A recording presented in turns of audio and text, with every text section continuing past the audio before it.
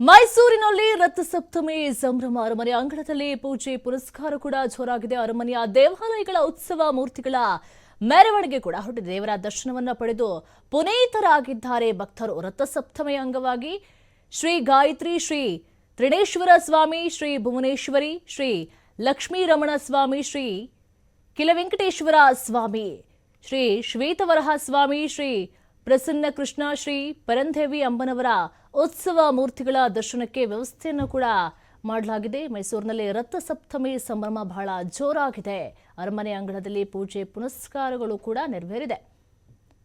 ಸೂರ್ಯ ಇಂದಿನಿಂದ ತನ್ನ ಪಥವನ್ನ ಬದಲಾಯಿಸುವಂತಹ ದಿನ ಹಿನ್ನೆಲೆಯಲ್ಲಿ ಈ ರೀತಿಯಾಗಿ ಪೂಜೆ ಕೈಂಕರ್ಯಗಳನ್ನು ಕೂಡ ಹಮ್ಮಿಕೊಂಡಿದ್ದಾರೆ. ಮೈಸೂರಿನ ದೇವಾಲಯಗಳಲ್ಲಿ ವಿಶೇಷ ಪೂಜೆ ಪುನಸ್ಕಾರಗಳು ಕೂಡ ಜೋರಾಗಿಯೇ ನಡೀತಾ ಇದೆ. ಒಟ್ಟಿನಲ್ಲಿ ಮೈಸೂರಿನಲ್ಲಿ ರಥಸಪ್ತಮಿ ಸಂಭ್ರಮ ಮುಗಿಲು ಮುಟ್ಟಿದೆ. ಅರಮನೆ ಅಂಗಳದಲ್ಲಿ ಪೂಜೆ ಪುನಸ್ಕಾರಗಳನ್ನು, ಪೂಜಾ ಕೈಂಕರ್ಯಗಳನ್ನು ಮಾಡ್ತಾ ಇದ್ದಾರೆ. ಹಾಗೆಯೇ ಮೈಸೂರಿನ ದೇವಾಲಯಗಳಲ್ಲಿ ವಿಶೇಷ ಪೂಜೆ ಪುನಸ್ಕಾರಗಳು ಕೂಡ ನಡೀತಾ ಇರುವಂಥದ್ದು. ಯಾಕಂತ ಹೇಳಿದ್ರೆ ಸೂರ್ಯ ಇವತ್ತಿನಿಂದ ತನ್ನ ಪಥವನ್ನ ಬದಲಾಯಿಸುವಂತಹ ದಿನ. ಹೀಗಾಗಿ ವಿಶೇಷ ಪೂಜೆ ಪುನಸ್ಕಾರಗಳನ್ನು ಕೂಡ ಹಮ್ಮಿಕೊಂಡಿರುವಂಥದ್ದು.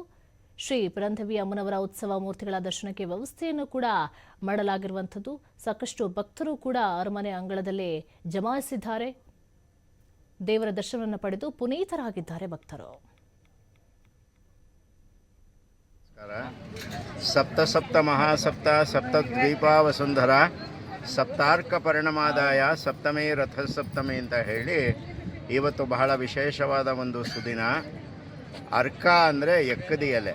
ಎಕ್ಕದಿ ಎಲೆಯನ್ನು ನಾವು ತಲೆ ಮೇಲಿಟ್ಕೊಂಡು ಇವತ್ತು ಸ್ನಾನ ಮಾಡೋದ್ರಿಂದ ಆಯುಷ್ಯಾಭಿವೃದ್ಧಿ ಆಗುತ್ತೆ ಅಂತ ಶಾಸ್ತ್ರದಲ್ಲಿ ಉಕ್ತವಾಗಿದೆ.